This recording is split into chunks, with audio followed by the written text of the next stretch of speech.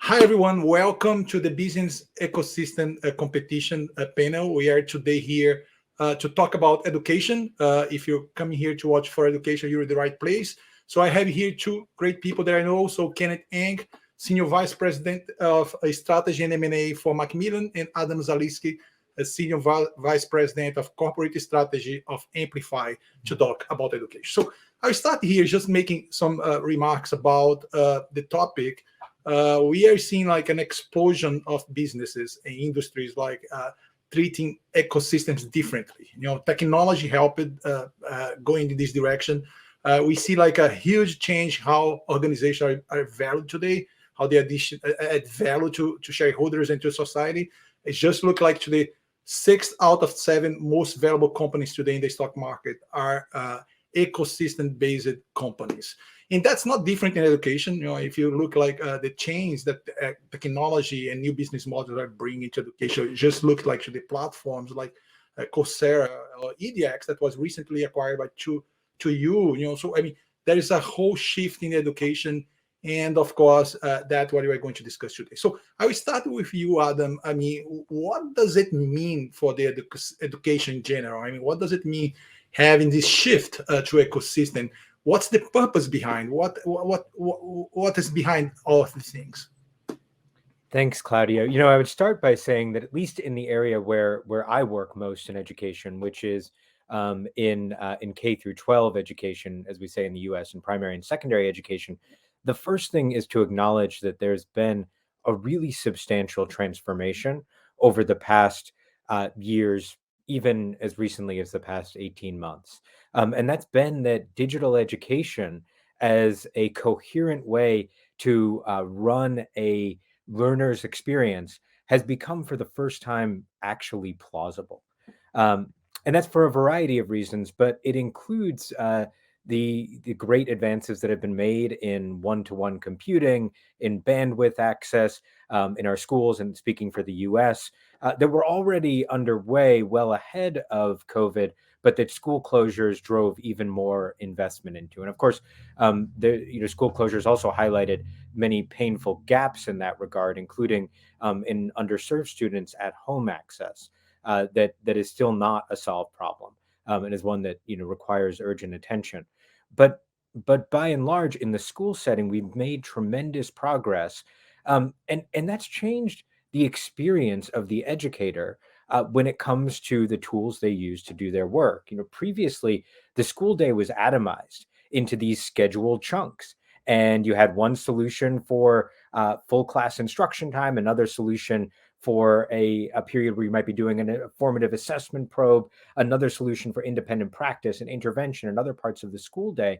And what's happened as all of those disparate pieces have come to exist in one place, have come to exist digitally, all of a sudden, educators aren't looking at these as discrete categories, but they're looking at these in terms of how much value the whole brings. How does having all of these things in one place create the potential for greater efficiency, integration, greater cumulative insight? How does it create and ensure deep student engagement? And so what we're seeing is that educators who could once kind of think in terms of individual point solutions are now being asked and now have the opportunity to push us as companies committed to doing important work in the space on how that full ecosystem all works together in service of the end user. That's great. Thank you. So, Ken, just getting the same question for you as well. I mean, how do you see that's affecting your business and the industry you are? But I want you also tell a little bit like what changed for an organization? When you have a shift from a one-to-one like kind of competition to an ecosystem-based competition in your mind. Yeah, I mean, I think similar to Adam, there was tremendous change during the last 2 years. I think what the ecosystems have done is, at one level, created improved access for all. Right, historically, a lot of this, as Adam was suggesting, the market was pretty fragmented. So I think the particularly the orchestrators in the ecosystem have just made it a lot easier to access, content, tools, services, all in one place. So that's been a pretty profound change. I mean, as it relates to us, I think, I think the support, the technology has created a lot of efficiencies, but it has created also a lot of challenges, right? I think we've been observing in the marketplace is just a lot of increased need for support at all levels, whether it be students, the instructors, the administrators, and we've had to really step up, as an organization, but also with our partners to rise to the challenge. I see. I mean, I see that there is a huge tension about like how you collaborate. Actually, so how do you partnerships and how do you engage the whole system with you? I mean, Adam, how is that for you? And there's a question behind that. Is first, I mean, is how your organization is setting up to do that, and second is how do you align with ecosystem? Do you need to choose for one ecosystem and like that means that you need to give others behind? How is this process? Yeah, maybe I'll take the second one first, which is, I think that we don't choose ecosystems in the abstract. We look at the ecosystem that is surrounding our end user and think about how those pieces can work together to create the greatest value for them. So I think that's really how you select which ecosystem you're playing in, or who the relevant collaborators, partners, other organizations in the space are. And then I would say that this moment pushes us in two kind of profound ways. Any organization operating in this space. One way is that it makes us think about collaborating with players in the space who an outside observer just looking at a market map might say, oh, well, those are just head-to-head direct competitors. So I think it pushes us in that way. I think it also pushes us to think outside the traditional commercial playbook and think a little bit about how actions that we may not have undertaken, in the similar industry 2 decades ago, making a significant amount of content or information free so that we can learn from user feedback in ways that will create a lot of near-term value for our users and create real long-term advantage for our organizations. Similar plays to that, I think we're seeing playing out quite a bit across the space. So those are two ways in which it's pushing us. When we think as Amplify about this, we think, how can we be an effective aggregator of many of the things that our end users need? They need the highest quality instruction. And that's especially true now as we look to the painful and damaging consequences of unfinished learning out of COVID, which are only now coming into view. As a company, we have always focused on assembling the ecosystem, if you like, of the best research centers, often university-based, on how to teach a particular domain, with our capabilities around user experience, product design, instrumentation, highly effective implementation in the field, to take what we know about how to teach and surround it with a layer of support and technology that makes it come alive in the classroom. And so that's one way that we think about working across the ecosystem. It's developing the capability to bring together the full portfolio of what our educators really need. No, that's interesting. I mean, what comes to my mind is like the resistance to bring the partners together, because until recently they were used to play with a different mindset. They were like seeing some of the companies in the market as competitors, not as partners. They would see that, okay, I'm part of the chain here, but I don't need to collaborate. Plus, like, it creates complexity. So you need not only to manage your resource, but you need to manage a relationship that needs to work together with you. I mean, Ken, how do you see this whole process being setting up in your organizations? I mean, I agree with a lot of what Adam said. I mean, I think there the sphere of partners in your ecosystem, if you look back 10 years versus now, has expanded dramatically. I mean, I think we look for organizations. I mean, the answer, I guess, depends on whether you're an orchestrator or a participant in ecosystems, and we're both, right? But in an ideal scenario, we're looking for partnerships, collaborators where we share similar values, where there's expertise, reach, and a kind of most importantly, kind of willingness to share. I think how it's changed for us is we are probably much more externally facing than we've ever been before, right? And we're collaborating in terms of content, we're collaborating in terms of technology, data, and that's really kind of manifested itself in kind of a variety of different products and solutions and services to really help customers. Yeah, I mean, how you perceive that? I mean, do you need to manage with the lack of, like, let's say, ability or competency of partners to play with you together in an ecosystem kind of relationship? I mean, it's important to have. I think if you look at the collaborations that are more successful, I think there's I think where they're kind of more successful is where there's a lot of information symmetry versus asymmetry in the past, right?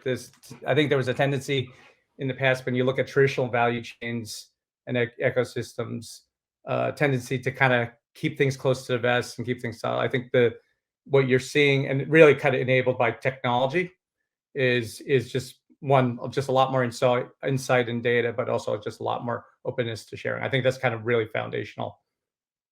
No, I like that. I mean, the other question that I have, and I will ask you, Adam, is what changed in the organization? I mean, what kind of like new competencies or new processes you need to establish in order to be successful in playing in ecosystems instead of like playing in the single competition-based business before? What do you need to bring to your organization to succeed?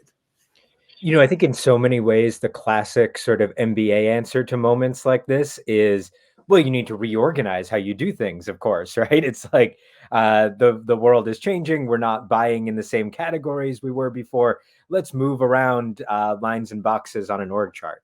And that, for some organizations that may end up being right, but I'm not sure that that it actually is universally the right answer. I think that in many ways it speaks to what you just said, Claudio, about capabilities. And there's two that come to mind for me. One is an ability just to cultivate ever deeper and closer relationships with our customers, so we understand how they perceive the ecosystem around them, where they see gaps, where they see lines blurring between different things that used to be, quite separate in our context within the school day, and that we're able to serve them and respond to those. I think getting behind on those trends is really scary at a moment like this. It means we're not serving our customers the way that we need to be. And so that's one critical capability. I think the other one, to the point that Ken was just making about information symmetry, is cultivating an ability to partner with organizations that are very different from yours. And that's really a translational ability to take the work, I think of our work with university partnerships of, the greatest researchers in the world, and then find ways to make that highly accessible and usable by educators in any classroom in America or the world. It's that kind of translational capability that I think we all need to work to cultivate. Ken, anything else would you add? Yeah, I mean, I again agree with a lot of what Adam has said. I think the ability to listen more, right, and which goes back to Adam's point, to really deeply understand the customers, the partners, the other collaborators is absolutely essential. I think, having focus, whether you're a participant or orchestrator, really dedicated resources that are really paying close attention to the issues, the underlying needs, the motivations of all of the different parties that we're interacting with is absolutely critical. I think those are two of the foundational elements. Yeah, one point that I heard from all the panels is how you need to create like a kind of sensation of win-win for all participants in the ecosystem, because one depend of each other, at the end. And we see like some movements, not in the education ecosystem, but for example, recently we saw Facebook drop in valuation in 200 billions because Apple just decided to change the way people make a decision about that personal data. So one orchestrator completely shifted like the whole situation there. So how to avoid that? I mean, how you create relationships where you can see this win-win, how to preserve that? I mean, which kind of like channels you need to establish to make the things coordinated? That would be my question. So Kenneth, if you would start with that. Yeah, I mean, we're doing a lot more. I mean, a lot more co-designing and co-creating with customers or authors, institutions, right? Companies. So that's pretty critical. I'd say that's pretty essential. Yeah, I mean, co-create with them. Yes, have a sense of co-participation. Have the sense. Adam, would you add anything in this point? Agree with what Ken said, and I would just add sort of the flip of the way that you teed off that question, Claudio, which is in moments when we have a sense of asymmetry and significant concentrated market power, we also need to look to where very small players are capturing enormous share in a very short period of time. And I think we've got a lot of examples of those in our space over the last 18 months. When I think about our field, amazing small companies that were, as schools closed and as digital instruction became even more critical to more and more educators, creating targeted tools that recreated aspects of classroom orchestration in simple, elegant, delightful ways, caught on with tremendous virality in a short period of time. Whether those players reach the kind of escape velocity to offer more comprehensive solutions still remains a question. But I would just point out that at moments of change in an ecosystem, we need not just look to the places where market power is being aggregated. We also need to be attentive to the ways in which very small players are quickly changing the game. Yeah, that's interesting. Yes, because at least I see that in education, that the whole entrepreneurship environment around education, the ed tech and many other companies is being quite, vibrant right now. So my question would be, do you have any relationship with like this ecosystem of technology of like new players? Because that's another way to try to leverage the opportunity to collaborate with the client, through like things that you don't know yet, but they're out there, people trying and bring new ideas, fresh ideas. Would love to hear from you some experience you have in this field. Like, how do you collaborate with like this amount of innovation that is happening right now that can help you with your goals? So Ken, if you could start. Yeah, I mean, we've tapped into the creative power of the burgeoning edtech community for a variety of reasons. I mean, one, they just bring a diversity of ideas and different perspectives, which is really, super critical. Sorry. I mean, we've partnered in really a variety of ways, right? We've, as an investor, most certainly as an arm's length partner, whether it be, co-creation of products, distribution. In some cases, it's more of a advisory role, really kind of, I think we bring a lot of expertise and capabilities and a lot of knowledge to the marketplace, right? And they bring a lot of creativity and technical prowess, right? So there's a nice value exchange there. So, oftentimes issues around go-to-market are a real challenge for a lot of the disruptors, the innovators, and we're able to lend some advice there. But we've kind of worked in a variety of models, and internally we've also kind of brought in in our organization. If you look at a portfolio over the years, we've really cultivated a lot of intrapreneurs, but we've also brought in a lot of entrepreneurs into the fold and are now an integral part of the fabric of our organization. That's interesting. Yes, Adam, from your side, what have done to leverage this ecosystem of innovation? It's the same spectrum that Ken described, depending on the case, and the same real interest in listening to the vibrancy of the sort of keeping our ear to the ground, both with customers and in the broader education technology community, the vibrancy of just what's going on. One thing that it really strikes me talking about ecosystems and hearing what Ken just said is the extent to which, in moments of change like this, um, eh, in many ways, generosity can be as powerful a tool as direct strategic competition. Finding the right ways to share on behalf of the customer, in ways that improve the overall customer experience of how different products relate to one another, and that from a company standpoint, strengthen our ties by sharing advice or guidance with that vibrant community of smaller players. Um, I think that is an incredibly powerful tool in a moment like this that we don't always naturally think as strategists about wielding. I love that generosity. Sometimes I feel when I talk to other people that they try to do that, but they have like a company behind them that don't allow uh, that those things get to fruition. So you're generous, but at the end you come back to processes that are still based in the old competition model, like not leveraging the collaboration.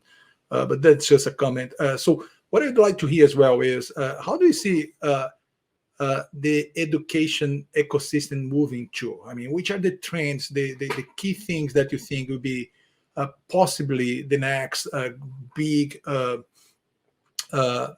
big breakthroughs in this system, specifically the education ecosystem? So I will start with you, Adam, and we go to Ken.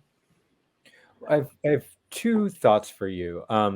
One is, or maybe it's two thoughts and a hope. The first thought is, we've been talking a lot in this conversation about the blurring of lines across traditional categories, and I think that we are going to see more and more of that going forward, which will hopefully create greater efficiencies for educators and learners, as well as, and this is the second thing I think that we need to watch, increasingly aggregate information about how a student is learning through their authentic work, through what the assessment people call their authentic performances that take place in the course of instruction. And the more that we can use those moments, writing a short answer question, providing feedback on another classmate's work in class, for a very young student, perhaps drawing a picture to illustrate their comprehension about a story. The more that we can use that information to build an ever more dynamic picture of the learner, the richer and richer the information we'll be able to gather across the ecosystem in service of the educator and learner is. And that's maybe the hope that I would add at the end is that all of this remains in service of our educators. As a company, we wrote our purpose statement as kind of a letter to educators, and the central question that we're always asking is, how are we serving them? And so I think we just want to ensure that the ecosystem moment we're in, I think, continues to, as it has really done over the past months, put the spotlight on that end user. It's beautiful that, I mean, and when you see like the context or the condition of the education system right now, the whole education system is welcome, if those things happen. That's great. That's great. So Ken, again, any input, like things that you're seeing that are training and that you believe will be impacting the ecosystem, the education? Yeah, I think with the richer insights that Adam was alluding to, I think similarly the hope, and I think there'll be a lot of energy focused on really serving the different micro segments of students. I think really there's a lot of different populations, which unfortunately, I mean, many have benefited, but they're on the other end of the spectrum. I think there are huge swaths of our student population that have fallen behind. So I think the hope is that the combination of both technology and human support will, really finding the right balance in the blend will allow us to better serve those populations and help them. I think kind of you look at the innovation in the last several phases of innovation in terms of ed tech.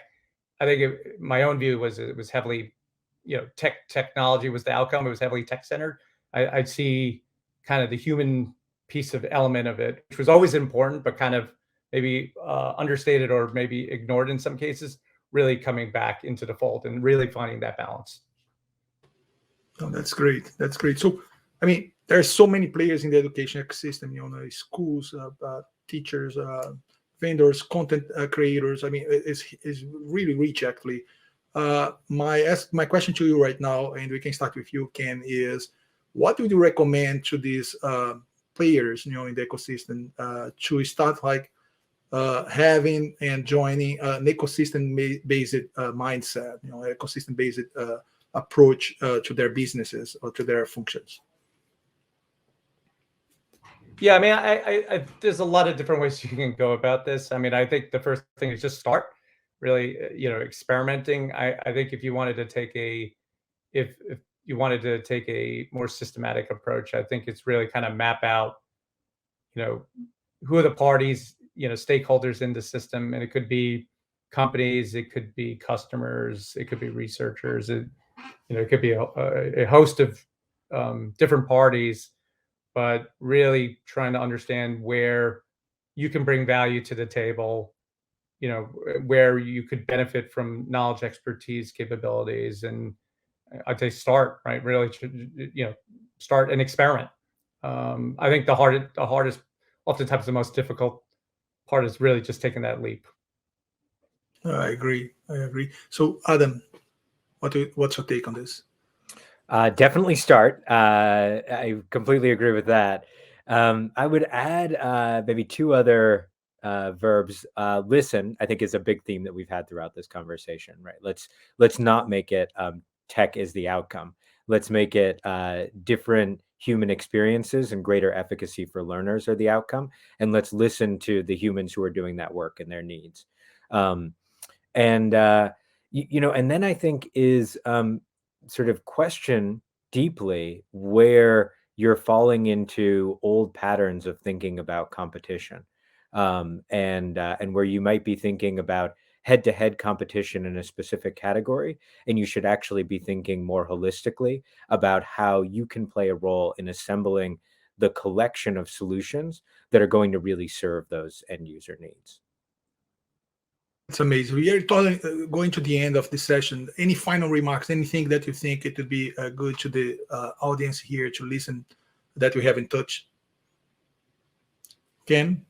No, I mean, I think that thematically, the sum of the parts is greater than the parts, right? Like, so I think connecting with other stakeholders to create, value, solve meaty problems is I think essential to solving some of the problems that we have in the educational market.